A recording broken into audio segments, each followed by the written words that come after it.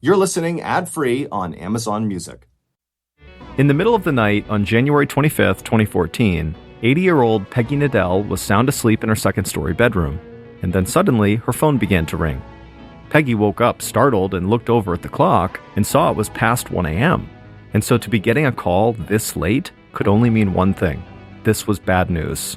And so nervously, Peggy answered the phone and quietly said hello. Peggy would be correct. This phone call was bad news, but it was far worse than anything Peggy could have imagined. And moments after getting that call, Peggy would be fighting for her life. But before we get into that story, if you're a fan of the strange, dark, and mysterious delivered in story format, then you've come to the right podcast because that's all we do, and we upload twice a week, once on Monday and once on Thursday. So if that's of interest to you, please replace the Amazon Music follow button's cookies with dog treats. Okay, let's get into today's story. On a December afternoon in 2013, 80-year-old Peggy Nadell gazed out of her second-story bedroom window, watching the snow fall onto the ground below. Peggy's large gray wooden house sat tucked away in Valley Cottage, New York, a small upscale enclave located in Clarkstown, less than an hour northwest of New York City. Peggy had lived in this house for 50 years. She loved her small town, and she thought there was something really special about it in the winter. The snow made everything quiet, beautiful, and almost otherworldly. In her bedroom, Peggy glanced down at her watch. She felt like she could stand there for hours just staring at the snowfall, but she had someplace to be, and Peggy hated being late. So she walked out of her room and down a hallway across an old hardwood floor to the stairs. Peggy held onto the banister and slowly made her way to the first floor. At 80 years old, Peggy was still in great shape. She exercised almost every day at the nearby Jewish community center, and even when there was snow on the ground and it was freezing outside, she still enjoyed walking around town or in the public park that was close to her house. But Peggy admitted that the stairs in her house had begun to get a bit tricky for her, and her daughter, Suzanne, had become paranoid that Peggy was going to take a bad fall and hurt herself on the stairs. So Peggy, not wanting to worry her family, now made it a point to take her time when she was going up and down the stairs and to always hold on to the banister. Peggy finally reached the first floor, and she walked across the living room towards the front of the house. Peggy's house was almost like a museum, and also a time capsule. There were paintings hung on the walls, and small sculptures and other pieces of art that could be found on tables and shelves in the living room, but there was also 50 years worth of family keepsakes, photos of her grown children at almost every age, and some recent drawings her grandkids had made for her. Peggy pulled a long coat off a coat rack by the front door, and she put it on over her black sweater. Peggy had short brown hair that she styled every day, and she wore red lipstick. Peggy had been obsessed with fashion from a young age, and that obsession had never really gone away. So she always tried to look and dress her best whenever she left the house. Peggy grabbed a leather bag that contained books, notebooks, and pens. Then she set the house alarm by pushing on a keypad by the door, and then she walked outside across the porch to her car parked in the driveway. Peggy got in, started the car, turned on the radio, and began heading towards New York City. After driving into the city and parking her car, Peggy made her way through a big throng of people walking down Fifth Ave in Manhattan. She looked at the holiday decorations and Christmas lights hanging around the street, and she had a huge smile on her face. As much as Peggy loved living in her sleepy little town, there was nothing quite like being in the big city. Over the course of her life, Peggy had traveled all over the world. She'd seen Roman ruins, the pyramids in Egypt, and she'd laid on beautiful beaches all around the globe. But New York City had always been a very special place for her. Peggy walked for a few minutes and then stepped into a white stone building that housed one of the City University of New York's campuses in the area. Inside, Peggy made her way to a small classroom where she was sitting in on a PhD-level art history class. Peggy said hello to some of the other students who had already arrived. Many of them were at least 50 years younger than she was. Peggy made it to her seat, she pulled off her coat and put it on the back of her chair, then she sat down and grabbed her notebook out of her bag. A young woman sitting nearby smiled, and Peggy smiled back. Peggy knew she must be a bit of a mystery to most of her fellow students. They must have wondered why this well-dressed old lady was in class with them. But anybody who knew Peggy even reasonably well knew that she had always prized learning and education above almost anything else. Back in the mid-1950s, Peggy had fallen in love with a man named Robert Nadell, and she had gotten married to him. And not long after they got married, Peggy gave birth to their daughter, Suzanne. Then, a couple of years later, Peggy had their son, Jim. And Peggy loved being a mother, but she didn't want to just stay at home. So she had decided to go back to school to get her MBA, a graduate business degree. Her husband, Robert, had been totally thrilled about her decision. He thought Peggy was one of the smartest people he'd ever met, and he knew how important education was to her. But at the time, most other people around Peggy had thought she was crazy for wanting to go back to school for anything, especially a master's degree in business, because at this time in the 1960s, women represented less than 1% of students at the top MBA programs in the United States. But Peggy believed it was her duty to continue learning as much as she could, and she had refused to accept that being a woman had anything to do with her ability to succeed in business school or the corporate world. And so after getting her MBA, Peggy had proven everybody who doubted her wrong. She had gone on to work for Xerox, a huge corporation that was a pioneer in photocopiers and other technology products, and after years of working at that company, Peggy had become one of Xerox's first female executives. Peggy had a long and very successful career, and when she had finally stepped away from her work, she enjoyed retirement right alongside her husband Robert. They had loved to travel, and they had spent a lot of their time helping their community by volunteering for local groups and charities. And as much as Peggy had loved her high-powered executive job, she actually enjoyed the volunteer work that she and Robert were able to do even more. But then, in 2003, Robert had died unexpectedly, and suddenly Peggy had found herself all alone in her big old house. Peggy's daughter, Suzanne, lived about 20 minutes away, and so the mother and daughter spent a lot of time together. But Peggy knew Suzanne had a life and a job that kept her busy, and Peggy didn't want to give up on all the things that made her happy just because she was on her own now. She wanted to keep learning about new things and experiencing new things. So Peggy had begun to study art history, a subject she'd always been interested in. And eventually, she decided she wanted to learn as much as she possibly could about art history. So at 80 years old, Peggy began sitting in on these PhD-level art history classes, not to get another degree, but just because she really loved it and wanted to learn more. Peggy listened closely and took extensive notes during the professor's lecture.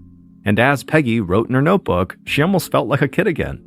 She knew how absurd that would sound to the others in the class. After all, she was a mother and a grandmother, and she had lived a full life by this point. But Peggy felt like learning new things was really the best way to stay active and engaged in the world around her. Later that night, Peggy was in her bedroom, still thinking about what she learned that day in class, as she changed out of her clothes into her nightgown.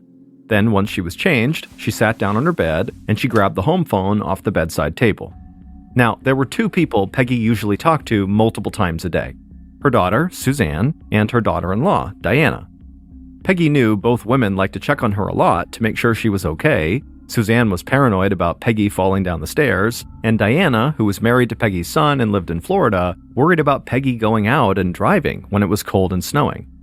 Peggy regularly reminded her daughter and daughter-in-law that she was more than capable of taking care of herself, but she did love talking to them both and staying in touch. So Peggy called her daughter, Suzanne, and told her all about the day's art history class. Then, after she was done speaking to Suzanne, Peggy called Diana in Florida. Now, Peggy's son was not much for phone calls, so his wife, Diana, was really Peggy's only real connection to her grandkids who lived so far away. Peggy told Diana that she really missed everybody and that she was hoping she could pay for Diana and her son's two kids to come visit her in New York that summer. When Diana heard that, she got really excited and said the kids would love that. Eventually, the two women wrapped up the call and said goodnight, and then Peggy hung up the phone and walked over to the bedroom window. It was still snowing outside, and the snowflakes seemed to glow under the streetlights. Peggy was still struck by how beautiful the winter scene always looked, but now that she knew her grandkids were very likely coming to visit her, she could not wait for summer to arrive. Over a month later, on January 24th, 2014, Peggy was in her room getting ready for bed again. Peggy had kept busy over the recent holiday season. She'd spent the first night of Hanukkah with her daughter Suzanne, and she had also talked to her daughter-in-law Diana and her grandkids in Florida almost every day. She'd gone to various holiday parties in town with close friends, and she continued to exercise at the Jewish Community Center. But despite how fun the holiday season had been, it still totally wore Peggy out, and she was still feeling tired weeks later. So she was hoping to sleep in late the following morning and get caught up on some much-needed rest. It hadn't snowed in weeks, but temperatures had dropped to a freezing 15 degrees Fahrenheit, and it was cold and drafty inside of Peggy's old house. So she climbed into bed and pulled a whole pile of warm blankets over her. Then she turned off the lamp on her bedside table and eventually drifted off to sleep. But just a few hours later, at 1:17 a.m., so this is now on January 25th, Peggy woke up startled. Her home phone was ringing on the bedside table right next to her, and the sound had pulled her out of her dream. She took a breath and got her bearings, and then leaned over and flipped the switch on the lamp. Peggy looked at the clock next to the phone and saw how late it was, and she started to panic because she was worried that a phone call at this hour could only mean something bad had happened. Peggy sat up in bed and cautiously answered the phone, and then after talking to the caller for about a minute, Peggy relaxed. Now, Peggy was still a bit shocked from getting a call in the middle of the night that woke her up, but there was no emergency or any bad news. Peggy just had a couple of unexpected late-night visitors standing outside of her house. So Peggy got out of her bed, she walked to her closet and put on her robe and slippers, then she headed downstairs and walked to the front door. She opened the door and smiled at the two people standing outside. But before she could let her visitors in, a loud, very high-pitched beeping sound began echoing through Peggy's house. Peggy had forgotten to turn off the house alarm before she opened the door. Peggy quickly punched in the code on the keypad right near the door, and it turned the alarm off, but the phone in the kitchen started ringing, so Peggy rushed to go grab it. The alarm company was calling to see if everything was okay, and Peggy would give them a password to let them know it really was her, and then she told them everything was fine. Then she hung up the phone and called out to her visitors to come inside. And they did. They joined Peggy in the kitchen, and she poured each of them a glass of water. Then the three of them sat at the kitchen table and talked for a few minutes, and then Peggy stood up and excused herself. Peggy walked through the living room and went up the stairs to the second-floor bathroom, which was a lot warmer than the one on the first floor. But when Peggy was done and about to leave the bathroom, she heard shouting outside and footsteps on the stairs. And so Peggy stepped out of the bathroom, and she was surprised to see her two visitors were standing right there outside. They were quiet and kind of awkward, and Peggy thought maybe the two of them were in the middle of some kind of argument that she had now just kind of butted herself into. But Peggy smiled at them and said, "Let's go down to the kitchen and keep on talking." Then Peggy walked past them, put her hand on the banister, and began walking down the steps. And the two visitors followed her. But before reaching the bottom of the stairs, Peggy heard one of her visitors begin to scream right behind her.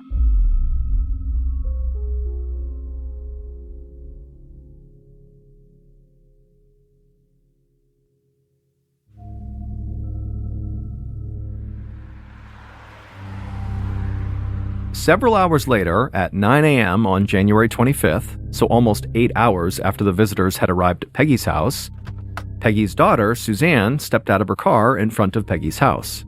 Suzanne was 55 years old with frizzy dyed blonde hair. She wore jeans, tennis shoes, a t-shirt, and a big winter coat. Suzanne had not inherited her mother's love of fashion. Instead, Suzanne preferred comfort over style. Suzanne walked quickly to the front door. It was bitterly cold out, but Suzanne barely noticed. She had woken up that morning and called her mother like she did almost every day, but Peggy hadn't answered. There was a chance Peggy could have just slept in or gone out to exercise, but Suzanne had tried calling back a little bit later, and Peggy still didn't answer. So Suzanne had called her sister-in-law, Diana, because she knew Diana usually called Peggy several times a day too, and Diana said she had called Peggy too at around 7:30 that morning, but Peggy didn't pick up, and so Diana said she left a message but still had not heard back yet. After talking to Diana, Suzanne was worried enough that she decided to just drive over to her mother's house to make sure everything was okay. Once Suzanne reached her mother's porch, she reached into her pocket and pulled out the key she had to her mother's house. She used it to open up the door, and then once she was inside, she called out for her mother, but there was no answer. So Suzanne began walking around the first floor of the house, and when Suzanne walked into the living room, she let out a blood-curdling scream. Suzanne saw Peggy's crumpled body on the floor at the bottom of the stairs. Suzanne instinctively ran to her mother, and when she got a good look at her, she saw there was a knife sticking out of Peggy's chest. And so Suzanne dropped down and just yanked the knife out and threw it on the floor, and then she leaned in and touched her mother's face, and she could feel that Peggy's skin had gone totally ice cold. Totally distraught, Suzanne took out her cell phone and dialed 911. When the emergency dispatcher answered, Suzanne began yelling that she needed help and that her mother must have fallen down the stairs while holding a knife and she accidentally stabbed herself.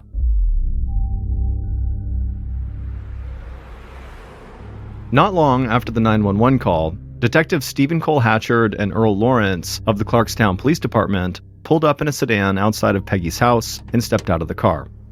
The snow had started again, and they could feel the cold biting into their hands and faces. Local police had already run crime scene tape all across the front of Peggy's house, and some of Peggy's neighbors had already begun to gather nearby. Hatchard and Lawrence also saw Peggy's daughter, Suzanne, pacing back and forth in the driveway, a few feet in front of a uniformed police officer. Suzanne was mumbling to herself, and she looked totally dazed.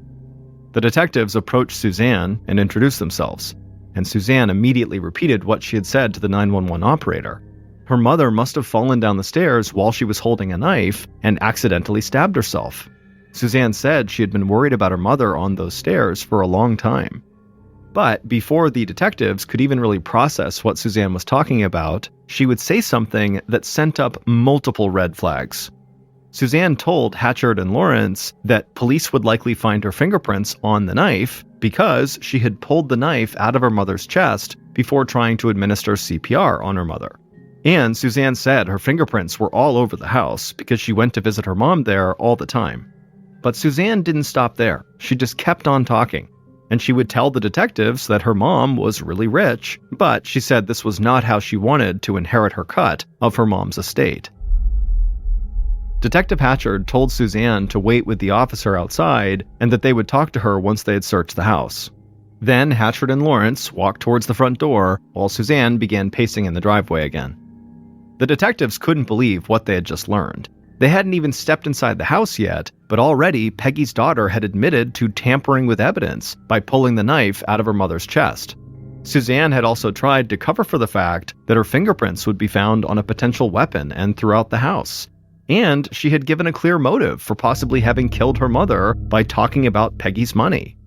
That said, Hatchard and Lawrence knew that people under stress could act in strange ways, especially when dealing with the death of a loved one.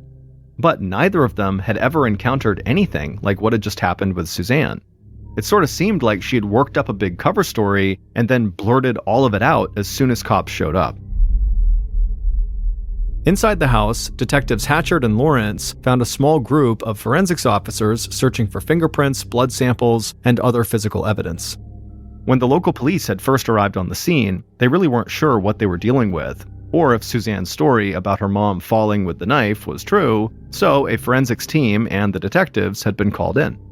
But when Hatchard and Lawrence reached the bottom of Peggy's stairs, they didn't need forensics officers to tell them that Suzanne's version of what happened was totally off. On the ground in front of the detectives was Peggy Nadell. She was dead and lying face up on the floor. The detectives crouched down and right away saw multiple knife wounds in Peggy's chest, and they saw the knife that Suzanne said she had removed lying on the floor nearby. And when detectives looked more closely at Peggy's body, they began to notice wounds on the side of her head as though she had been struck with a blunt object several times. And right near Peggy's face was this small sculpture, which was the bust of someone's head, and then near Peggy's hand was a gold medal ball, another piece of art. And so maybe those two things were the blunt object that had been smashed into Peggy. Also, the detectives saw bruising around Peggy's neck and throat, which most likely indicated that Peggy had been strangled at some point. In short, there was no way Peggy had just tumbled down the stairs while holding a knife, and that was how she accidentally killed herself. Clearly, this was a murder. Hatchard and Lawrence were appalled by what they saw.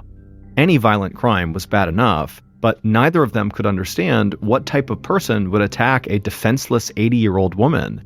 The detectives assumed Peggy must have been struck in the head with either the small sculpture or that golden ball that were laying close by her body, but forensics officers said no fingerprints or physical evidence had been found on either of those objects. It was like they had both been wiped clean. So the detectives stepped away from Peggy's body and walked upstairs and went to search Peggy's bedroom. In the bedroom, they saw a few dresser drawers were laid out on the floor, and there was an open jewelry box on top of the dresser. Someone had clearly rifled through the jewelry box, but it was still filled with several expensive pieces. Hatchard and Lawrence looked around the rest of the room, and when they were done with their cursory check, they both had the same thought. This was not a robbery. If anything, this was a weak attempt by Peggy's killer to make it look like a robbery. By 1 p.m., so about 4 hours after Suzanne made that 911 call, Hatchard and Lawrence had finished their initial search of the crime scene and had briefed their boss on what they had found. They weren't sure exactly what had happened in the house, but they knew there was only one place to start their investigation, and that was with Peggy's daughter, Suzanne.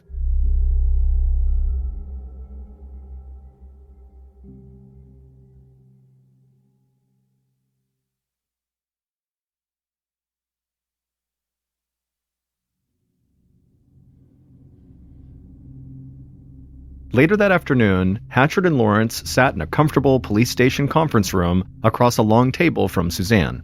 They wanted Suzanne to be able to talk freely and feel comfortable, which is why they had not brought her into a cramped interrogation room.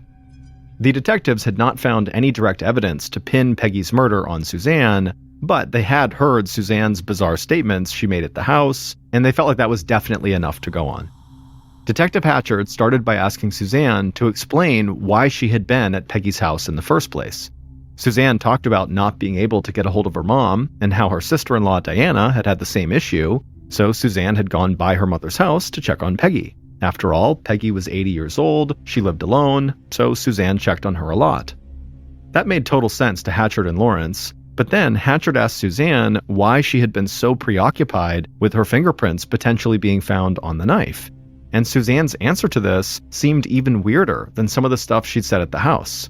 Suzanne leaned across the table and told them she watched a lot of TV shows and news programs about murder, so she knew the cops would very likely be looking at Peggy's family members as suspects, and so she wanted to clear herself. Hatchard and Lawrence could tell Suzanne really believed saying this was actually going to help her, but they thought this made her look even more guilty. Here was a person who watched TV shows that demonstrated how law enforcement tracked down killers, and then she had taken steps like tampering with a murder weapon that could throw investigators off her trail. The detectives ended up questioning Suzanne for several hours that afternoon, and at the end of it, as far as the detectives were concerned, Suzanne had done nothing to clear herself of her mother's murder. During the interview, Suzanne seemed kind of erratic, and she kept bringing up her inheritance. She said her mom was worth about $4 million, and now that she was dead, Suzanne would get half of it. By the end of the interview, several police officers who were watching the interview thought Hatchard and Lawrence had gotten enough damning statements from Suzanne to actually put her in custody. But the detectives knew that if they did that, word would very quickly spread all across the area that Suzanne had been arrested for murdering her mother. And once that rumor was out there, people would have a really hard time ever changing their minds about what they thought Suzanne had done, even if it was proven later on that Suzanne was actually innocent. So Hatchard and Lawrence talked over their various options, and ultimately they just didn't feel like they had enough evidence yet to justify holding Suzanne and potentially destroying her reputation. So they let her go. But as soon as Suzanne was out of the police station, Hatchard and Lawrence called a judge and they got a warrant to conduct full-time surveillance on Suzanne. Police would get stationed outside of Suzanne's home and her work, and they would watch her at those two locations and follow her anytime she left them. In the following days, along with conducting their around-the-clock surveillance, investigators began digging into Suzanne's recent credit card history, and they found another huge red flag. On the night of January 24th, so just hours before Suzanne's mother would be killed, Suzanne had gone shopping at a grocery store that was close to Peggy's house. But based on her credit card records, this was not where Suzanne typically did her shopping. She went to a store that was much closer to her own home.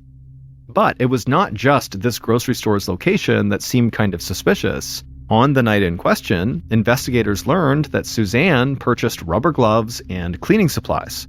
Hatchard and Lawrence felt like this was just one more thing that pointed towards Suzanne's guilt. After all, rubber gloves and cleaning supplies could explain why there were no fingerprints found at the crime scene. And so the detectives were confident they were on the right track, and they thought if Suzanne had killed her mother, she would slip up soon, and they would be there to arrest her. At 11 a.m. on January 29, 2014, 4 days after Peggy's murder, Suzanne sat in a wooden pew in a funeral home next to her husband. Her eyes were bloodshot, and her whole body felt like it was trembling. The pews around her were filled with Peggy's friends, family, and members of the Valley Cottage community who Peggy had gone out of her way to help. Even though police had not arrested Suzanne, word had already spread that she was a primary suspect. And a couple of days earlier, when Suzanne had gone to her mother's house to pick out clothes for her mother to be buried in, a neighbor had stepped outside. And this woman, who had known Suzanne since she was just a little girl, began screaming, "When are you going to arrest her?" And so the rumors and the pressure were really starting to get to Suzanne, and it was making it hard to sleep at night. Towards the end of the service, Suzanne and others recited a prayer in Hebrew, and then Suzanne quickly made her way out of the funeral home. Once outside, Suzanne welcomed the fresh, cold air. It was like she could breathe again. Inside, she'd felt stifled because she felt like everybody was staring at her and talking about her. A minute later, Suzanne's younger brother Jim and his wife Diana came outside and walked over to her. They had flown in from Florida shortly after they learned about Peggy's death, and Suzanne could not have been happier they were here. Suzanne said hello to her brother, who she always thought was kind of strange, and then she hugged Diana, who she was very close with, and they talked for a while about how much Peggy had meant to them. But as they stood there chatting, they had no idea the police were watching. Not long after Peggy's funeral, Detectives Hatchard and Lawrence met with Suzanne's brother Jim and his wife Diana at the police station. The detectives asked them basic questions, like where they had been on the night before the murder. Jim had been at his house in Florida, and Diana had been at a wedding most of the day. Diana would say that she had called Peggy on the morning of the murder, but didn't get an answer. And then she also said she'd spoken to Suzanne right before Suzanne had gone to Peggy's house and discovered Peggy's body. Hatchard and Lawrence would, of course, follow up on Jim and Diana's statements, but the detectives really wanted information on Suzanne. They wanted to know if Suzanne had spoken to Jim and Diana about the inheritance money that Suzanne seemed so eager to tell police about. But Diana said the idea that Suzanne had anything to do with this murder was ridiculous. She said Suzanne loved her mom, and she was closer to Peggy than basically anybody else in the world. And so Diana said the police really needed to stop wasting their time looking at Suzanne and bring the person who actually killed Peggy to justice. But when Jim and Diana left the police station after their interview, the detectives still totally believed Suzanne was their most likely suspect. Family members sticking up for each other was not anything new. But over the next few weeks, surveillance on Suzanne did not get Hatchard and Lawrence any closer to having concrete evidence that she was in fact the killer. Still, Hatchard and Lawrence hoped that even if Suzanne's actions didn't lead them anywhere, that maybe her phone records soon would. Investigator Robin Arias sat at her desk staring at hundreds of numbers printed on a piece of paper. Most people's eyes would probably have glazed over, staring at all those numbers for as long as Arias had, but she could feel her pulse racing as she scanned the sheet of paper over and over. Arias was an investigator with the Westchester County District Attorney's Office, and she was an expert at analyzing phone data. Arias had begun working with Detectives Hatchard and Lawrence on Peggy's murder case, and currently she was studying calls that Suzanne made, and she was also looking at Peggy's phone records.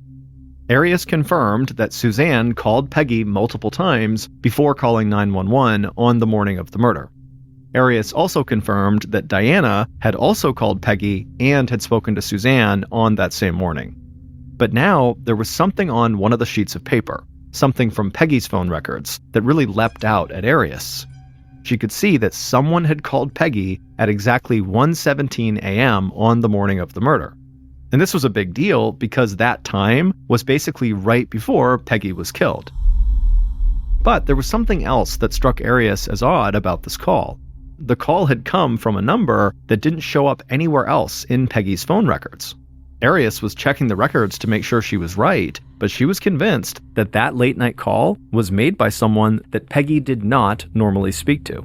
And so finally, after scanning the pages several more times, Arias was sure she was right about that phone number, that it was really unique. So she grabbed her own phone and she made a few calls.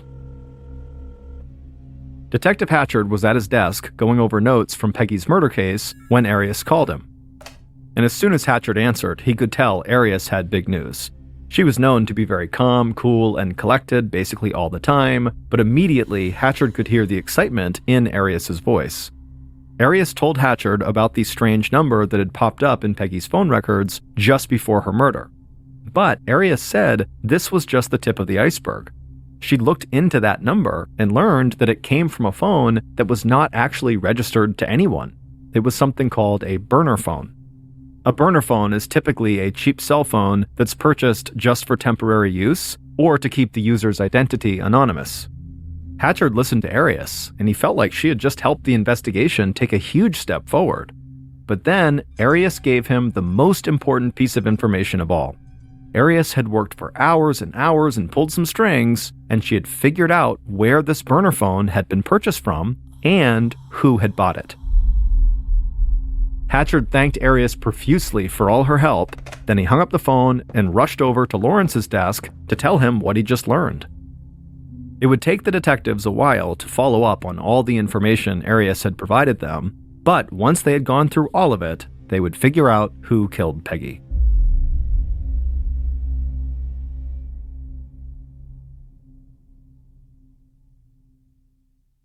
Based on Robin Arias's phone data analysis, evidence found at the crime scene, and interviews conducted throughout the investigation, here is a reconstruction of what police believe occurred in the early morning hours of January 25, 2014, when someone murdered Peggy Nadell in the home she had lived in for 50 years.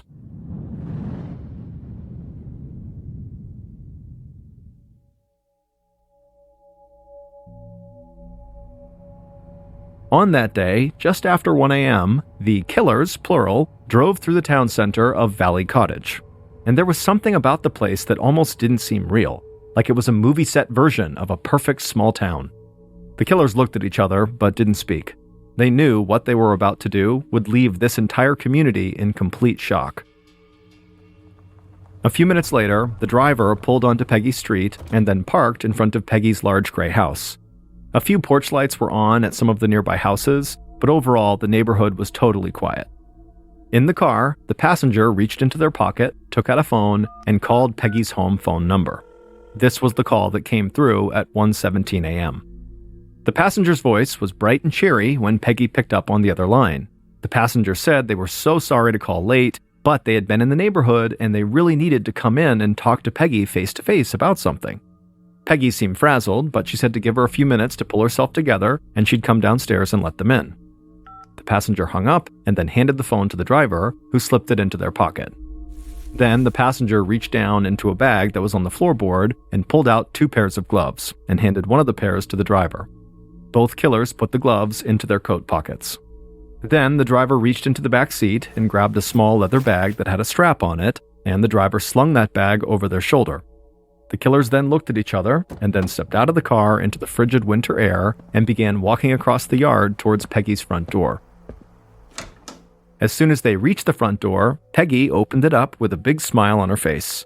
But before the killers could step inside, Peggy's alarm system went off and the phone in the kitchen began to ring. The killers waited while Peggy dealt with the alarm company, and then they walked into the house and joined Peggy in the kitchen. The killers sat down at the table and Peggy brought them some water. They all sat and talked for a few minutes before Peggy said she had to go use the bathroom and headed upstairs. While Peggy was upstairs, one of the killers, the passenger in the car, said it was time to act, and that the driver needed to be the one to actually do the job on their own. But the driver said no, they both needed to do it to make sure Peggy didn't fight back. But the passenger just barked back that, come on, Peggy's an old woman, it won't take 2 people, and pretty soon the 2 killers were basically shouting at each other. But quickly they stopped because they did know they did need to act soon, and ultimately they agreed they would do it together. So the killers slipped on their gloves, and the driver took the leather strap off of their bag, and then the killers ran out of the kitchen, through the living room, and up the stairs. But when Peggy walked out of the bathroom and saw them, the killers just kind of froze there, staring up at her awkwardly.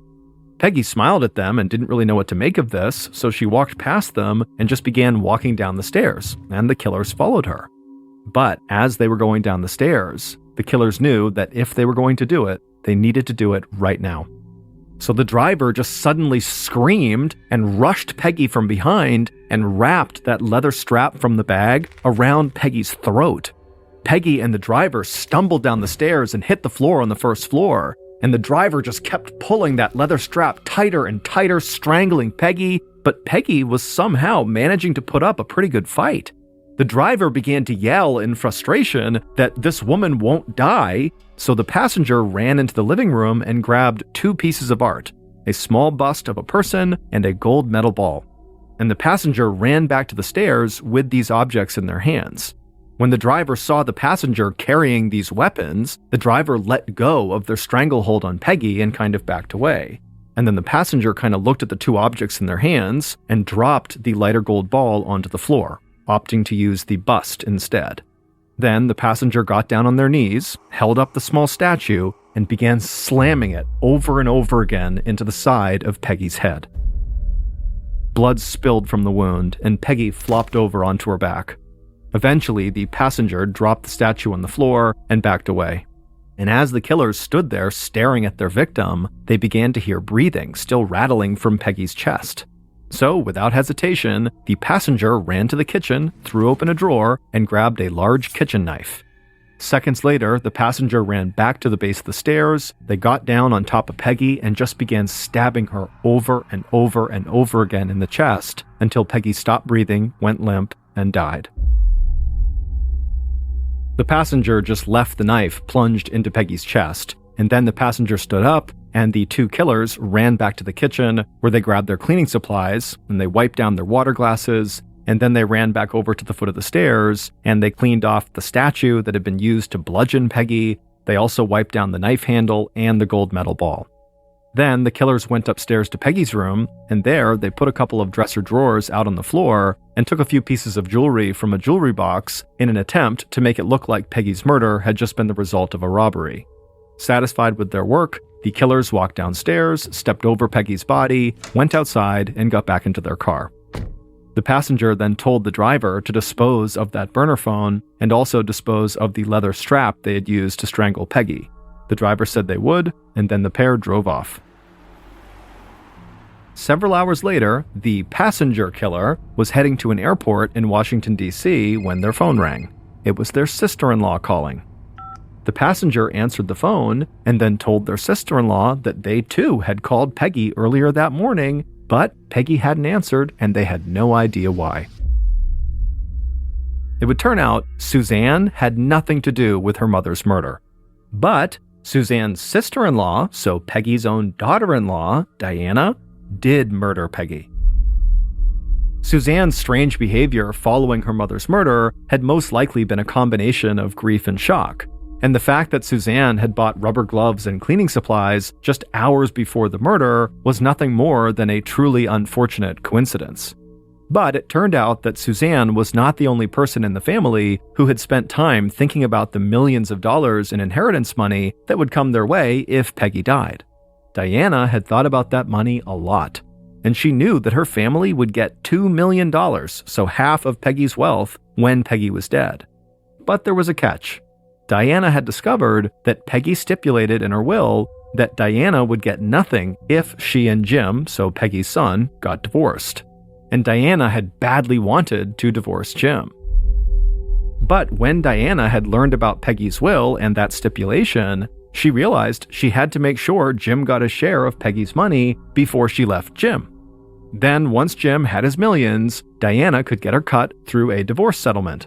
So Diana had spent weeks putting together her plan to have Peggy murdered. And then she had paid someone to come on as a partner to help her set everything up.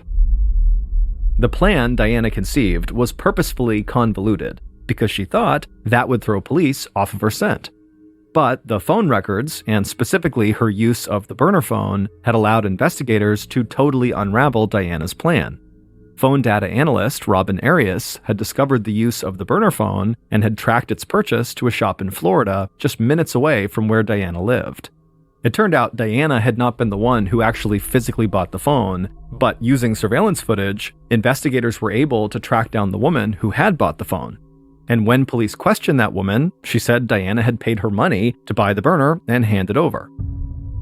And so with the burner in her possession, Diana had told her family, and later had told police, that she flew to Washington, D.C. for a wedding. But in reality, Diana had flown to DC to meet a woman who had been recruited by Diana's partner to actually carry out the murder for $10,000. That woman met Diana at the airport in DC, and they both drove several hours to New York to kill Peggy. Police believe Diana really wanted this woman to kill Peggy on her own, while Diana just supervised. That way she wouldn't have to actually murder her mother-in-law, who she had been close with for years. But in the heat of the moment, when the hired killer, or the driver, failed to strangle Peggy to death, Diana, who had been the passenger in the car, had acted on instinct and bludgeoned Peggy and then stabbed her to death. Diana believed that involving other people to set up and carry out this murder would help distance herself from the crime and maybe keep her out of trouble. But as investigators put together all the puzzle pieces, everybody else involved in this crime pointed the finger directly at Diana. The woman who was hired to kill Peggy for money and who tried unsuccessfully to strangle Peggy to death cut a plea deal and was sentenced to 20 years to life in prison. And while she was awaiting her murder trial in prison, Diana was recorded making phone calls trying to arrange the murders of 2 witnesses who could testify against her. Diana was found guilty of plotting to murder those witnesses, and as a result was sentenced to 15 years to life in prison. Then she was also found guilty of second-degree murder in Peggy's case and received an additional sentence of 23 years to life in prison. Peggy is buried outside of the small, quaint town where she spent 50 years of her life. With all of the things that Peggy accomplished in her career and her education, there was still just one thing that mattered to her above everything else: her own family. And so Peggy's headstone is very simple. It just says wife, mother, grandmother.